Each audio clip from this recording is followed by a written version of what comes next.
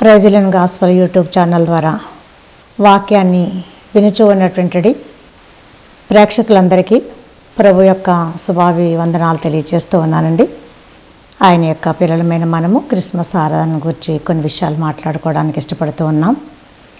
ఆయన యొక్క నామములో ఒక నామము దీన వరుడు. మరి కన్యమరియను దేవదూత దర్శించి ఆమెను సందర్శించిన తర్వాత మరియా ఎంతో ఆనందంతో మరి కొండసీమలో ఉన్నటువంటి ఎలిజబెత్తును దర్శించి ఎలిజబెత్ యొద్దకు వెళ్ళినప్పుడు పరిశుద్ధాత్మ పూర్ణ ఇరువురు ఒకరితో ఒకరు మాట్లాడుకునే సందర్భంలో మరియా ఇలా పలుకుతూ ఉంటుంది. చూడండి, లూకాసు వార్త 1వ అధ్యాయము 47వ వచనంలో ఆయన తన దాసురాలి దీనస్థితిని కటాక్షించెను అనే మాట మనం చూస్తాం. మరి దేవాతి దేవుడు ఆయన సర్వమానవులకు కూడా మరి ప్రభువు, అలాంటి గొప్ప దేవుడు ఈ లోకానికి వచ్చినప్పుడు దీనురాలైనటువంటి మరియను కటాక్షించి అనే మాట మనం చూస్తాం. కరుణించి అని మనం చెప్పుకోవచ్చు. అలాగూ దీనస్థితిలో ఉన్నటువంటి దీనురాలైన మరియను కటాక్షించి ఆయన ఆమె గర్భంలో జన్మించడానికి ఇష్టపడ్డాడు. మరి ఘనుడైనటువంటి ప్రభువు ఎందుకు అంత తక్కువగా లేక దీనుడుగా ఈ లోకానికి రావాల్సి వచ్చింది అనే విషయాన్ని మనం చూస్తే, ప్రభువు దీనుడుగా ఈ లోకానికి వచ్చాడు మరియు వరుడుగా ఈ లోకానికి వచ్చాడు. కనుక ఈ రెండు విషయాలను బట్టి వాక్యం ఏం చెప్తుందంటే దీనవరుడు అని చెప్తా ఉంటుంది అనమాట.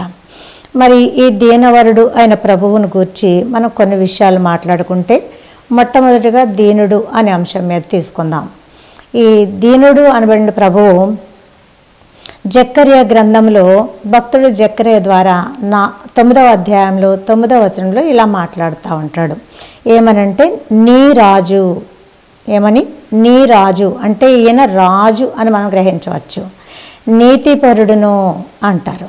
ఆయన నీతి కలిగినంటే రాజు, రక్షణ గలవాడును అంటాడు. ఈ లోకానికి ఎందుకు వచ్చాడంటే మానవ మాత్రలమైన మనకు రక్షణ ఇవ్వడానికి వచ్చాడు.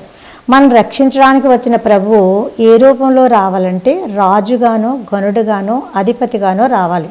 కానీ ఆయన అలా రాలేదంట. ఎలా వచ్చాడు? దీనుడుగా వచ్చాడంట. ఆ విషయాన్ని జకర్యా భక్తుడు దీనుడునై గాడిదను గాడిద పిల్లను ఎక్కి నీ యొద్దకు వచ్చెను అని మాట తెలియచేస్తూ ఉంటారు. అది వేరే సందర్భం అనుకోండి. కానీ ఆయన వచ్చిన విధానాన్ని మనం చూస్తే దీనుడుగా వచ్చాడు. ఎందుకు దీనుడుగా మన యొద్దకు ఆయన వచ్చాడు అంటే దీనులమైన మనతో సహవాసము చేయాలి అని ఆయన యొక్క ఉద్దేశం ఉన్నది. ఆ ఉద్దేశాన్ని బట్టి ఆయన మనతో సహవాసం చేయాలంటే గొప్పవారి గృహాల్లో గొప్పవానిగా జన్మించకూడదు. ఆ కారణం చేత ఆయన దీనుడుగా ఈ లోకానికి రావాల్సి వచ్చింది. కాబట్టి దీనుడైన ప్రభువు మనతో సహవాసం చేయడానికి మరి తనకున్నటి ఘనతనంతటినీ కూడా తగ్గించుకొని ఘనుడుగా రావాలి అని అనుకోలేదు. మరి ఏమంటది? ప్రభువు అంటది. ఆయన ప్రభువు, మనందరము కొలవడానికి అనువైనటువంటి వాడు దేవుడు అని కూడా మనం చెప్పొచ్చు. మరి దేవుడు అందరి యొక్క స్తుతులను అందుకొనవలసిన ఘనుడైన వాడు ఎలా వచ్చాడంటే అందరికంటే తక్కువ అనగా వచ్చాడు. ఆయన ఘనతను కోరుకోలేదు, మరి గొప్ప వాటిని కోరుకోలేదు, ఉన్నతమైన వాటిని కోరుకోలేదు. కానీ తను తాను తగ్గించుకొని చాలా తక్కువగా ఈ లోకానికి వచ్చాడు. అందుకే ఆమె ఏమంటదంటే తన దాసురాలి యొక్క దీన స్థితిని కటాక్షించెను అనే మాట మనం చూస్తాం. దావీదు కుమారుడు అని పిలువబడిన క్రీస్తు ప్రభువు మరి లోకానికి వచ్చినప్పుడు దావీదు సహితము ప్రభువు నా ప్రభువుతో ఇలాగూ సెలవిచ్చెను అనే మాట మరి ఒక చోట రాస్తూ ఉంటాడు కదండి. దావీదు కూడా ఏమంటాడు? ప్రభువును నా ప్రభువు, ప్రభువు నా ప్రభువుతో ఇలాగూ సెలవిచ్చెను అంటూ ఉంటాడు అనమాట. ఆయన మరి ఏమని పిలువబడతాడు అంటే దావీదు కుమారుడు అని పిలువబడతాడు. దావీదు కుమారుడు అని పిలువబడిన ఆయన్ని దావీదు ఏమంటాడంటే ఆయన నా ప్రభువు అంటాడు. ఆయన కూడా 72వ అధ్యాయంలో 12వ వచనంలో అంటాడు కదా, దరిద్రులను దీనులను నిరాధారులను విడిపించుటకు అంటాడు. దేవుడు దీనులను నిరాధారులను ఏం చేస్తాడంట? విడిపించేవాడు. ఈ లోకానికి ఆయన ఎందుకు వచ్చాడు అంటే దీనులమైన మనలను, నిరాధారులమైన మనలను విడిపించడానికి ఆయన ఈ లోకానికి నరుడుగా వచ్చాడు. కాబట్టి తన యొక్క మహిమగల రూపాన్ని అంతటిని కూడా తక్కువ చేసుకొని, చాలా తగ్గించుకొని, మరి అందరితో కూడా కలిసిపోవడానికి అనువైన రీతిలో తను తాను తగ్గించుకొని లోకానికి వచ్చాడని మనం వింటాం. అందుకే ఈ విషయంలో ఆయనకు దీనుడు అనేటువంటి నామకరణ సరిపోతుంది అని మనం అనుకోవచ్చు. ఎంత తగ్గించుకున్నాడు అంటే, మరి పాత నిబంధన కాలంలో ఒక స్త్రీ ఒక కుమారుని కానీ కంటే ఆ తర్వాత వారు పరిశుద్ధులైన 8వ దినమందు ఒక గొర్రెల్లో నుండి కానీ మేకల్లో నుండి కానీ పరిశుద్ధమైన వాటిని, ఏడాది వాటిని తీసుకుని వెళ్ళి దేవునికి బలి అర్పించాలి. అయితే అవి తేలేని వారు 2 పావురపు పిల్లలనైనను 2 తెల్ల గువ్వలనైనా తీసుకుని వెళ్ళి దేవుని సన్నిధిలో తమ్మును ప్రతిష్ఠించుకోవచ్చు అనే విషయము మనం చూస్తాం లేవీకాండంలో 12వ అధ్యాయంలో. అయితే లూకా సువార్తలో 2వ అధ్యాయంలో 24వ వచనంలో మనం చూస్తాం, ఆ ప్రభువు ఈ లోకానికి వచ్చినప్పుడు ఆయన తన తల్లిదండ్రులైన వారు ప్రభువును దేవాలయంలో తీసుకుని వెళ్ళి దేవునికి తనను ప్రతిష్ఠ చేయడానికి ఆయనను ప్రభువు సన్నిధికి తీసుకుని వెళ్ళినట్లుగా మనం చూస్తాం సిమియోను కాలంలో. అయితే ఆయనను దేవకుమారుడే నా గర్భంలో జన్మించాడని సంగతి వారు ఎరిగియుండి కూడా అంత గనుడైన దేవుని వారు గర్భం ధరించి ఆ బిడ్డను ప్రసవించినప్పటికీ కూడా గనుడైన దేవుని కొరకు గణనీయమైన సత్కార్యాలు చేయాలి, గొప్ప గొప్పగా మనము దేవుని నామాన్ని గణపరచాలని ఏవో ఉన్నతమైన వాటిని దేవుడు పాత నిబంధన కాలంలో చెప్పినట్లుగా గొర్రెమేకల మందల్లో నుండి వారు వేటిని తీసుకొని వెళ్ళలేదు. కానీ 2 పావురపు పిల్లలనైనను 2 చిన్న గువ్వలనైనా తీసుకొని ప్రభు సన్నిధికి వారు ప్రభువును తీసుకుని వెళ్ళి దేవునికి ప్రతిష్ఠించినట్లుగా మనం చూస్తాం. కాబట్టి ఎంత తగ్గించుకున్నాడంటే తనకున్న సర్వస్వాన్ని తగ్గించుకున్నాడు. తన తల్లిదండ్రుల యొక్క వడిలో ఆయన ఉండాలన్నా, ఈరోజు మనతో సహవాసం చేయాలన్నా, మన యొక్క సమస్త పాపముల నుండి మనల్ని విడిపించాలి అంటే గనక ఆయన తన్ను తాను తగ్గించుకొని రావాల్సి వచ్చింది. కాబట్టి మనంతటినీ కూడా ఆయన తగ్గించుకొని సింహాసనాన్ని విడిచి, తండ్రి సహవాసాన్ని విడిచి, దేవదూతకులు పరివారం చేస్తున్నట్టు స్థులన్నింటినీ విడిచి లోకానికి ఎలా వచ్చాడంట? దీనవరుడుగా వచ్చి వేశాడంట. వరుడు అనే విషయాన్ని గురించి మనం మాట్లాడితే 2వ సందర్భముగా ఆయన ఒకటి దీనుడు, దీనులమైన మనలను ఈ దీన స్థితిలో నుంచి ఉన్న స్థితిలో నడిపించడం కోసము, తన ఉన్నతమైన సహవాసం మనకు అనుగ్రహించడం కోసము తనమైన గణనీయమైన స్థితిని తగ్గించుకొని లోకానికి వచ్చాడు అనే విషయం మనము ఇంతవరకు మాట్లాడుకున్న విషయాల్లో గ్రహించవచ్చు. అదే రీతిగా 2వది వరుడు అనే మాటను మనం చూస్తాం. వరుడు అనే మాటను గుర్చొస్తే యోవేలు గ్రంథంలో 2వ అధ్యాయంలో 16వ వచనంలో ఇలా చెప్తాడు. ఏమనంటే, పెండ్లి కుమారుడు అంతఃపురంలో నుండి, పెండ్లి కుమార్తె గదిలో నుండి రావలేను. పెండ్లి కుమారుడు అనగా వరుడు, పెండ్లి కుమార్తె అనగా వధువు. మరి ఈ వరుడు అనే మాట ఎవరిని గూర్చి వ్రాయబడింది అంటే మనందరికీ తెలుసు, వరుడు అనగా యేసుక్రీస్తు ప్రభువే. మరి వధువు అంటే ప్రియమైనటి సంఘము అని మనము గ్రహిస్తూ ఉన్నాం. కాబట్టి వరుడైన క్రీస్తు ప్రభు వధువు అనబడి సంఘ విశ్వాసి, లేకపోతే నీవు నేను మనమందరము ఎలా ఉన్నాము అంటే వధువు రూపం గలవారంగా ఉన్నాము. కాబట్టి మన నిమిత్తమై ఆయన ఈ లోకానికి 1 శిశువుగా వచ్చాడు, బాలుడుగా వచ్చాడు, 2 వరుడుగా కూడా రానయ్యున్నాడు. మొదటి రాకడను కనుక మనం నమ్మగలిగితే 2వ రాకడను కూడా మరి నిశ్చయముగా మనము నమ్మవలసిన వారమై ఉన్నాం. ఎప్పుడో 2024 సంవత్సరాలకు పూర్వం ఆయన జన్మించాడనే విషయాన్ని మనం గ్రహించి ఈరోజు క్రిస్మస్ పండుగలు జరిగించుకుంటూ ఉన్నాం. అయితే ఆయన నేడో రేపో ఏ జామో ఏ గడియో నిశ్చయముగా ఆయన వరుడుగా మధ్యాకాశంలోనికి రానయ్యున్నాడు అనే విషయాన్ని మనకందరికీ కూడా వాక్యం తెలియచేస్తూ ఉంది. అయితే ఆ రానయ్యున్న ప్రభువు కొరకు పెండ్లి కుమార్తె ఎవరు పెండ్లి కుమార్తెగా ఉన్నారో వారు గదిలో నుండి రావాలని యోవేలు ప్రవక్త తెలియచేస్తూ ఉన్నాడు. మనము దీనుడై ఈ లోకానికి వచ్చిన ప్రభువును బట్టి మనము కూడా దీనులమై ఆ ప్రభువు యొక్క వాక్యాన్ని అర్థం చేసుకొని 2వ రాకడ కొరకు ఆయనకు అనువైన రూపంలో సిద్ధపరచబడాలి. క్రిస్మస్ ఆరాధన హృదయంలో చేసుకుంటూ ఉన్నాం, అలాగే బాహ్యంగాను చేసుకుంటూ ఉన్నాం. అదే రీతిగా మరి 2వ రాకడకు పెండ్లి కుమారుడైన క్రీస్తు ప్రభువుకు అనువైన సంఘంగా కూడా ఈ సందర్భంలోనే మనం సిద్ధపరచబడ ఉండాలి.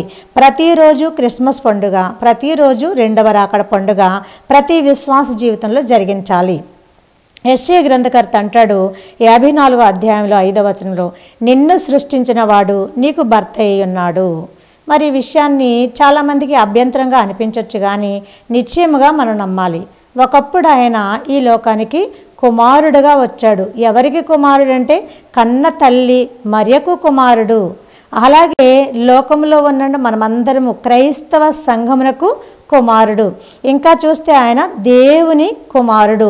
ఇలాగూ సర్వలోకానికి కూడా తను ఎత్తుకున్నవారు, తనకి ఇష్టపడిన వారికి కూడా ఆయన కుమారుడుగా ఈ లోకానికి వచ్చాడు. ఈ కుమారుడు అనే మాట బాల్యమందు కుమారుడుగా పిలువబడతా ఉన్నాడు.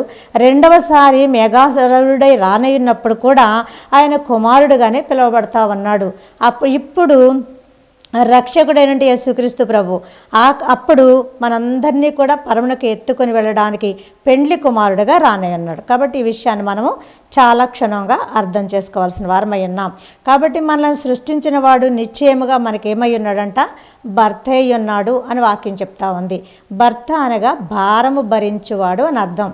ఈ లోకానికి ఆయన ఎందుకు వచ్చాడంటే నా పాప భారమును మోసుకొని పోవడానికి. మరి చిన్న గొర్రె పిల్లవలే ఆయన, పరిశుద్ధమైన గొర్రె పిల్లవలే, దేవుని ఇష్టాన్ని నెరవేర్చే గొర్రె పిల్లవలే ఈ లోకానికి వచ్చాడు. కాబట్టి ఆ ప్రభువు మనకేమై ఉన్నాడంటే మన సమస్త భారాన్ని, పాప భారాన్ని, ఆ శాప భారాన్ని, మరణ భారాన్ని కూడా జయించి వాటి నుండి మనల్ని విడిపించి తన మోక్ష మందిరానికి మనలను తీసుకొని పోవడానికి ఇప్పుడు ఇదివరకట్లో మనకు కుమారుడుగా వచ్చాడు. ఇక ముందుకు ఆయన వరుడుగా రానయ్యున్నాడు. కాబట్టి ఇతనుకు దీనవరుడు అనే పేరు వస్తూ ఉంది. 62వ అధ్యాయంలో 5వ వచనంలో చెప్తాడు, పెండ్లి కుమారుడు పెండ్లి కూతురుని చూసి సంతోషించినట్లు నీ దేవుడు నిన్ను చూచి సంతోషించను. అబ్బా, మనకు ఎంత సంతోషం కదండి. ఒక పెండ్లి కుమారుడు పెండ్లి కుమార్తెను చూసి ఎలా సంతోషిస్తాడో అలాగూ మన ప్రభువు మనల్ని చూసి సంతోషిస్తా ఉన్నాడంట. ఎప్పుడు మనల్ని చూసి సంతోషిస్తాడు? పెండ్లి కుమారునికి పెండ్లి కుమార్తెగా సిద్ధపరిచిన వధువులో ఉన్నటువంటి లక్షణాలు ఆయనకు అనువుగా ఉంటేనే కదా ఆయన సంతోషిస్తా ఉన్నాడు. అలాగే వరుడైన క్రీస్తు ప్రభువు కూడా, ప్రియ సంఘ విశ్వాసులమైన మనమందరము కూడా ఈరోజు క్రిస్మస్ ఆరాధన జరిగించుకుంటున్నప్పుడు ఈ క్రిస్మస్ ఆరాధనకు అనుగుణమైనటువంటి స్థితిని మనం కలిగి ఉండాలి. అలాగే రేపు రెండవ రాకడకు కావాల్సిన అనుభవం కూడా ఇప్పుడే మనం కలిగి ఉండాలి. ఎందుకంటే సృష్టించినప్పుడే ఆయన సృష్టికర్తగా ఉన్నాడు. ఆయన తన యొక్క రూపలావణ్యం మనలో చూసుకుంటూ మన రూపలావణ్యాన్ని బట్టి ఆనందిస్తూ ఆయన మనల్ని చెక్కుకున్నాడు. ఆ రోజు ఎలా సంతోషించాడో ఈరోజు మనలో ఆ పెండ్లి స్వరూపం లేకపోయినా కూడా ఇప్పుడు మనల్ని చూసి ఆయన సంతోషిస్తూ ఉన్నాను అంటాడు. ఎలా సంతోషిస్తున్నాడు అంటే పెండ్లి కుమారుడు పెండ్లి కుమార్తెను చూసి సంతోషించినట్లుగా నీ ప్రభువు లేక నీ దేవుడు నిన్ను చూచి సంతోషించున్నాడు. నీ దేవుడు అనే మాటను గురించి మనం అర్థం చేసుకుంటే లోకంలో ఎవరో కాదు కానీ మనల్ని సృష్టించిన సృష్టికర్తయే మనల్ని చూసి సంతోషిస్తా ఉన్నాడు. మనకిప్పుడు మరింత ధైర్యము, మరి దేవుడు నన్ను గూర్చి ఈ మాట చెప్పాడు అని మనం చాలా సంతోషంగా ఈ విషయాన్ని గురించి మరి ప్రకటించగలము. కాబట్టి మన ప్రభువు దీనుడిగా రావడానికి కారణము మనము దీనులము కనుక మన దీనస్థితి నుండి మనల్ని విడిపించడానికి దీనురాలేనంటే మరియమ్మ గర్భాన జన్మించారు. మన మీద తనకున్న ప్రేమను తెలియచేసుకోవడానికే దీనవరుడై ఘనుడైనటువంటి దేవుడై ఉండి కూడా మన ప్రభు అయినంటే యేసుక్రీస్తు వారు దినాతి దీనముగా ఈ లోకానికి వచ్చారు. మరి యోహాను కూడా అదే చెప్తా ఉంటాడు. ఏమనంటే పెండ్లి కుమార్తె గలవాడు పెండ్లి కుమారుడు అంటా ఉంటాడు. ఎవరిని గురించి చెప్పాడు యోహాను ఈ మాట అంటే మన ప్రభు అయినంటే యేసుక్రీస్తు ప్రభు వారిని గూర్చే ఆయన బాప్తిస్మ సమయం మందు ఆయన యొద్దకు వచ్చిన ప్రభువుని చూసి అంటాడు, ఇతడు పెండ్లి కుమారుడు. మరియు దేనిని చూసి సంతోషిస్తున్నాడంటే పెండ్లి కుమార్తెను చూసి సంతోషిస్తూ ఉన్నాడు. పెండ్లి కుమార్తె ఎవరిది అంటే పెండ్లి కుమారునిది. అలాగూ ఇటు మంచి వర్తమానంతో ప్రభువు ఈ క్రిస్మస్ ఆరాధనలో మనలను సంధిస్తూ ఉండగా మనమందరం కూడా మరి నిశ్చయముగా క్రిస్మస్ ఆరాధన ఆత్మీయముగాను శరీరంగాను జరిగించుకొని మరి దీనవరుడైన క్రీస్తు ప్రభు యొక్క జనన మరణ పునరుత్థానాలను గురించి తెలియచేస్తూ రెండవ రాకడ కొరకు ఎదురు చూడవలసిన వారమై ఉన్నాం. ప్రయోజన ప్రేక్షకులందరికీ కూడా క్రిస్మస్ శుభాకాంక్షలు తెలియజేస్తూ ఈ దిన వర్తమానాన్ని ముగిస్తూ ఉన్నాను. దేవుడు మిమ్మల్ని అందరినీ బహుగా దీవించి ఆశీర్వదించును గాక. ఆమేన్. చిన్న ప్రార్థన అండి. దీనవరుడుగా నాకై మాకై నరుడుగా వచ్చి వేసిన ప్రభువా, నీ జన్మ దిన సువార్త ఈ లోకంలో మేము ప్రకటిస్తూ నీ నామహిమార్థమే జీవించడానికి ఇచ్చిన అవకాశాన్ని బట్టి వందనాలు తెలియజేస్తూ వర్తమానమై బయలుపడినందుకు నీకు మా హృదయపూర్వక వందనాలు తెలియజేస్తూ మమ్మల్ని అందరినీ కూడా క్రిస్మస్ ఆనందంతో నింపి మహిమ మేఘమునకు పెండ్లి కుమార్తె వరుసలో సిద్ధపరచమని వేడుకొంచు ఉన్నాం పరమ తండ్రి. ఆమేన్.